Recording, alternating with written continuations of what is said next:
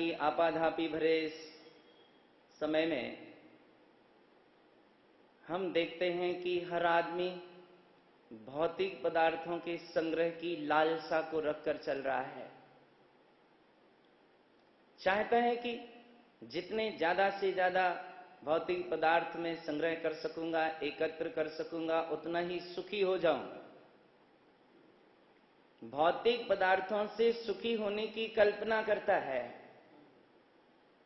भौतिक पदार्थों से चाहता है कि मुझे शांति की प्राप्ति हो जाएगी।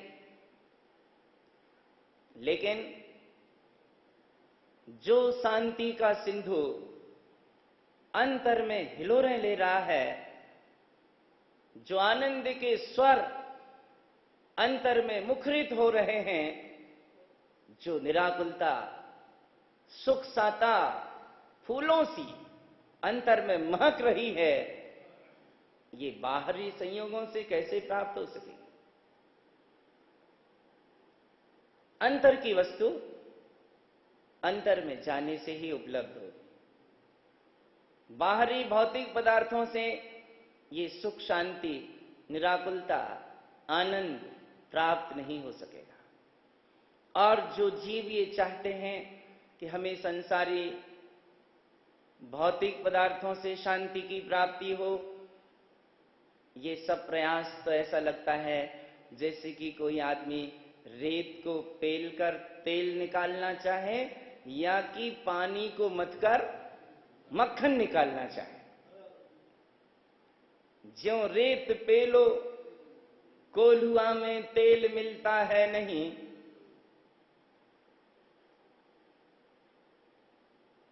पानी बिलोने से कभी मक्खन निकलता है नहीं। रेत को पेलने से कभी तेल नहीं निकलेगा, पानी को मथने से कभी मक्खन नहीं निकलेगा। इसी तरह ये बाह्य जागतिक पदार्थों से, बाह्य भौतिक पदार्थों से जीव कभी शांति को प्राप्त नहीं कर पाएगा। कितनी ही भौतिक वस्तुओं को उपलब्ध कर लिया जाए, धन धरा का है, धरा पर ही धरा रह जाएगा। धन धरा का है, धरा पर ही धरा रह जाएगा। तो मुट्ठी बांधे आया है तू कर पसारे जाएगा। तो जो संयोग ना साथ में आए, जो संयोग ना साथ में जाएंगे, उन संयोगों से सुख शांति की कल्पना करना बड़े आश्चर्य की बात है। वास्तविकता ऐसी है, मुही सुन सुन आवे हांसी, पानी में मीन प्यासी। मछली पानी में रहती है, पर पानी में रहते हुए भी प्यासी रहती है। एक बात बताऊं आपको, मछली जब तक सीधी पानी में तैरती है तब तक पानी नहीं पीती, प्यास नहीं मिटती। मछली उलटती है तब पानी पीती। मछली उलटती है, पलटती है, तब उसकी प्यास बुझती।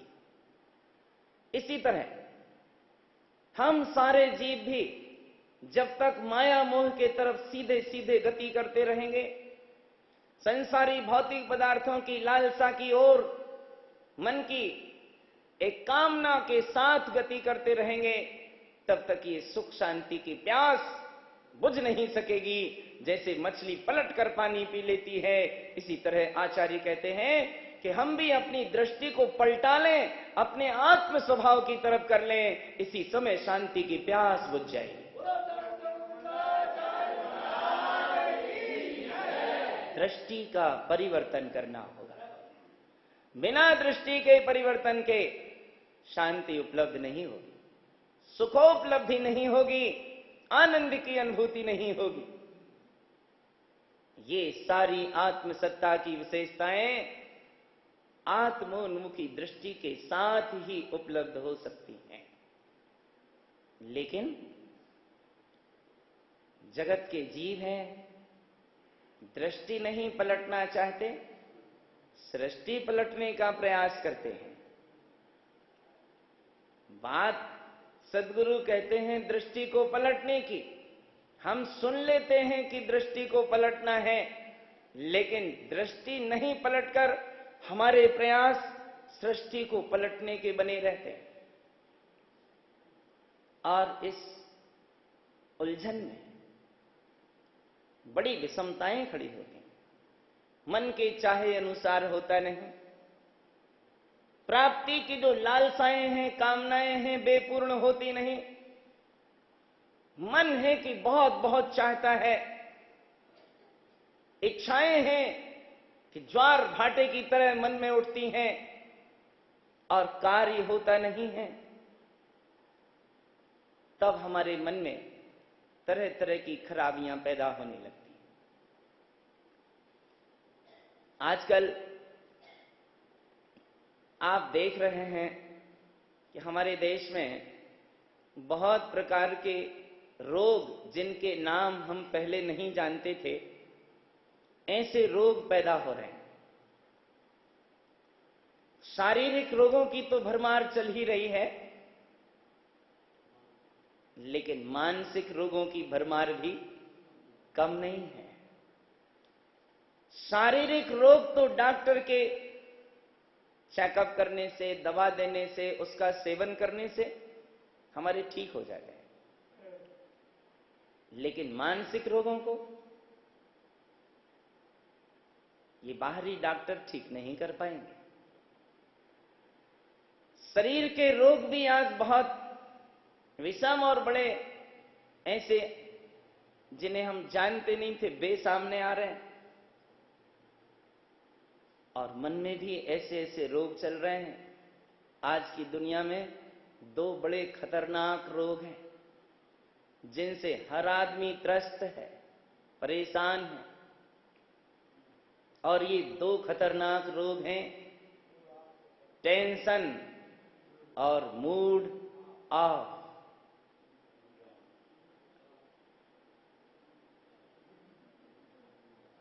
है ना? यहां भी हैं ये रोग, नहीं?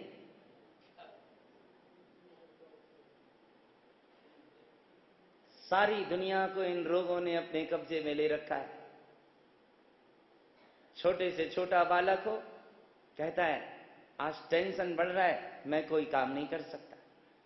मम्मी मुझसे कुछ मत बोलना, आज मेरा मूड ऑफ हो रहा है। जरा जरा से बेटों को आप कहते हुए सुन लो, बालिकाएं कहती हैं, छोटे छोटे बच्चे तो कहते हैं, बड़े बड़े लोग कहते हैं, उम्र दराज लोग कहते हैं कि आज टेंशन बढ़ रहा है। वे भले ही जानते नहीं हो कि टेंशन किस चिड़िया का नाम है, उन्हें भी टेंशन बढ़ रहा है।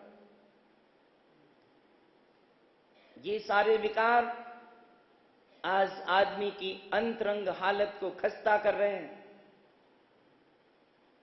और फिर एक सबसे बड़ी खराबी ये होती है कि आदमी को जब टेंशन बढ़ता है, मूड ऑफ होता है, परेशान होकर, त्रस्त होकर, इस टेंशन को मिटाने के लिए, मूड ऑफ को मिटाने के लिए नशा करने लगता है। कोई जर्दा खाने की लत पाड़ लेता है, कोई बीड़ी सिगरेट का सहारा ले लेता है, कोई इससे और बड़े बड़े नशों को भी अपना लेते हैं। ये सोच करके ये नशा करेंगे तो टेंशन मिट जाएगा, लेकिन ये मत भूलिए कि नशा करना टेंशन को मिटाने का कोई भी उपाय नहीं है। जितनी देर नशा रहेगा, आदमी को भ्रम होता रहता है कि मेरे को टेंशन अब नहीं है, लेकिन जैसे ही नशा उतरा और वो टेंशन तो बना ही हुआ है। नशा करना टेंशन को मिटाने का उपाय नहीं, ये मानसिक रोग हैं। और मैं अनुरोध करना चाहता हूं अपने देश की जनता से, अपने युवा साथियों से और उन सारे लोगों से जो चाहते हैं कि हम इस टेंशन को दूर करें, इस मानसिक तनाव से मुक्त जीवन जिएं। आपके लिए एक ही उपाय है, मन के तनाव से रहित जीवन जीने के लिए ज्ञान की औषधि का प्रयोग करें। ये नशा टेंशन दूर नहीं कर पाएंगे, कोई डॉक्टरी इलाज टेंशन दूर नहीं कर पाएगा, क्योंकि मन की अज्ञान की परिणति से वो टेंशन पैदा होता है और ज्ञान की सम्यक परिणति से टेंशन समाप्त हो जाता है। ये उपाय है इस टेंशन को मिटाने का, इसे दूर करने का। और विश्वास तो रखना होगा परमात्मा पर, विश्वास रखना होगा भाग्य पर।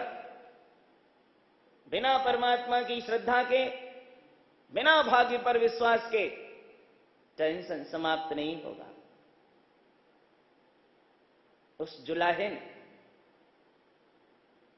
एक दिन स्टेशन के पास देखा, क्योंकि ट्रेन रुई से खाली हुई थी, और उसने देखा कि इतनी सारी रुई, इतनी सारी रुई, इतनी सारी रुई, इतनी सारी रुई, कौन धुनेगा, कौन बुनेगा? चित्त में बैठ गया ये प्रश्न, कौन धुनेगा, कौन बुनेगा? टेंशन पैदा हो गया। ऐसे ही तो टेंशन पैदा होते हैं ना।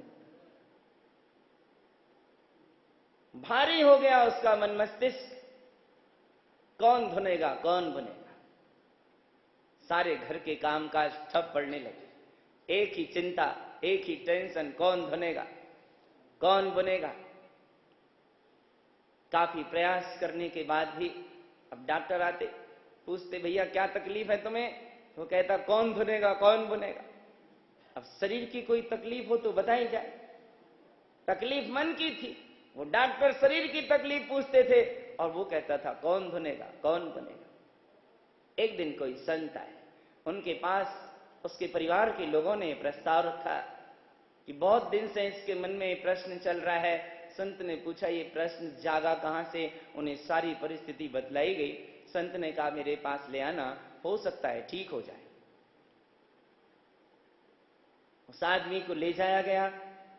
संत ने उस जुलाहे के कान में जोर से एक बात कही कि वो सारी रुई जल गई, राख हो गई, खाक हो गई, कुछ नहीं रहा। उसकी नींद सी टूटी। हाँ? जल गई, राख हो गई, खाक हो गई, चलो एक चिंता मिटी, कौन धुनेगा, कौन बनेगा? एक टेंशन मिटा, कौन धुनेगा, कौन बनेगा? हमारे सबके मन में भी इसी तरह की चिंता चलते रहते हैं। अब हम ऐसा कैसे करेंगे तो ऐसा कैसे हो जाएगा, तो अब ऐसा कैसे होगा, ऐसा हो गया तो क्या करेंगे, ऐसा करेंगे। ये सारे विकल्प तनाव पैदा करते हैं। इस तनाव को ही टेंशन कहा जाता है। और दूसरों की जिम्मेदारियों को, अनावश्यक बोझों को हम जितना ज्यादा ढोते रहेंगे, उतने ज्यादा ये सारे विकार मन में बढ़ते रहेंगे। इसलिए छोड़ दें कि भाग्यानुसार सब हो रहा है। भाग्य में जो था सो हुआ, भाग्य में है जो सो हो रहा है, और भाग्य में जो होगा सो होगा। मेरा काम परमात्म स्वरूप की आराधना करना है, मेरा काम आत्म स्वरूप का चिंतन मनन करना है। और जिस व्यक्ति के अंतरंग में परमात्मा का विश्वास होता है, भाग्य का जिसे भरोसा होता है, ऐसा व्यक्ति कभी टेंशन में नहीं रहता, चिंतित नहीं रहता, परेशान नहीं रहता, भयभीत नहीं रहता। आचार्य गुरुवर तारण तरण महाराज ने उस समय वे जानते थे कि 500 साल बाद ये सारी बीमारियां पैदा होंगी। उन्होंने उपाय उसी समय लिख दिया कि शल्यम त्रयम चित्त निरोध नेत्वम जिन उक्त वाणी हृदय चेतनेत्वम। ये टेंशन, ये शल्य के विचार हैं। कैसे होगा, कब होगा, ऐसा ना हो जाए, ऐसा हो गया तो क्या करूंगा, ये सब जितने भी मानसिक वैचारिक तनाव रूप परिणाम हैं, यही तो दुख देते हैं, शल्य की तरह, कांटे की तरह छिदते हैं। आचार्य ने कहा परमात्मा की वाणी का अपने मन में चिंतन करना, परमात्मा की वाणी का अपने अंतरंग में विश्वास करना, परमात्मा पर श्रद्धा रखना, भाग्य का भरोसा करना, कर्म के उदय का चिंतन करना, और किसी भी परिस्थिति में धैर्य नहीं खोना। हर परिस्थिति में धैर्य से काम लेना, आत्मचिंतन करना, कर्म का विश्वास करके चलना, तो इन सारे विकारों से हमारा मन बहुत दूर रहेगा और यही उपाय है इन सारे विकारों को मिटाने के लिए, क्योंकि गुरु के समान कोई वैद्य नहीं है और ज्ञान के समान कोई औषधि नहीं है। मन के विकार जब पैदा हो, तनाव हो कि मूडाफ हो, गुरु की शरण में जाना। गुरु तुम्हें वो औषधि देंगे, गुरु तुम्हें ज्ञान की औषधि से अवगत कराएंगे और वह ज्ञान मन के इन सारे विकारों से मुक्त करने में साधन बने। और चिंता करने की बात नहीं, चिंता से किसी भी समस्या का समाधान नहीं होता, टेंशन करने से कभी किसी समस्या के समाधान नहीं हुए। जागरूकता, आत्मचिंतन, यही एक समाधान का उपाय है। इसलिए इस सूत्र को गांठ में बांध कर रखिएगा कि यहां हर शिखर का सोपान होता है, यहां हर रोग का निदान होता है। जीवन में किसी भी समस्या से घबराने की जरूरत नहीं है, ज्ञान से हर समस्या का समाधान होता है। ये ज्ञान है, ये सम्यक चिंतन है, ये सकारात्मक दृष्टि है, ये बोध है जो जीवन की हर समस्या को समाधान में परिवर्तित कर देता है। मनुष्य जीवन महान पुण्य के योग से प्राप्त हुआ है। इसे आनंद का बगिया, जैसे बगीचा पुष्पों से महकता रहता है, ऐसे अपने जीवन को आनंद की बगिया बनाएं। इसमें सुख शांति के पुष्प खिलें, निराकुलता की सुगंध फैले, आनंद के स्वर मुखरित हों और हमारा जीवन ऐसा सहज आनंद के साथ गुजरे कि हम वास्तव में जीवन जिएं। ये सारा कार्य सम्यक श्रद्धान से, आत्मबोध से, सम्यक ज्ञान से संभव होगा। वर्तमान बाहरी परिस्थितियों से प्रभावित न होते हुए अपने जीवन का एक लक्ष्य तय करें, अपने जीवन को एक सम्यक दिशा प्रदान करें, जिससे इस जन्म की सार्थकता का मार्ग बन सके। ऐसे यथार्थ पथ पर चलते हुए हम इस जन्म को सफल और सार्थक बनाएं। यही श्री गुरु तारण तरण देव का हम समस्त भव्यात्माओं के लिए मंगलमय संदेश।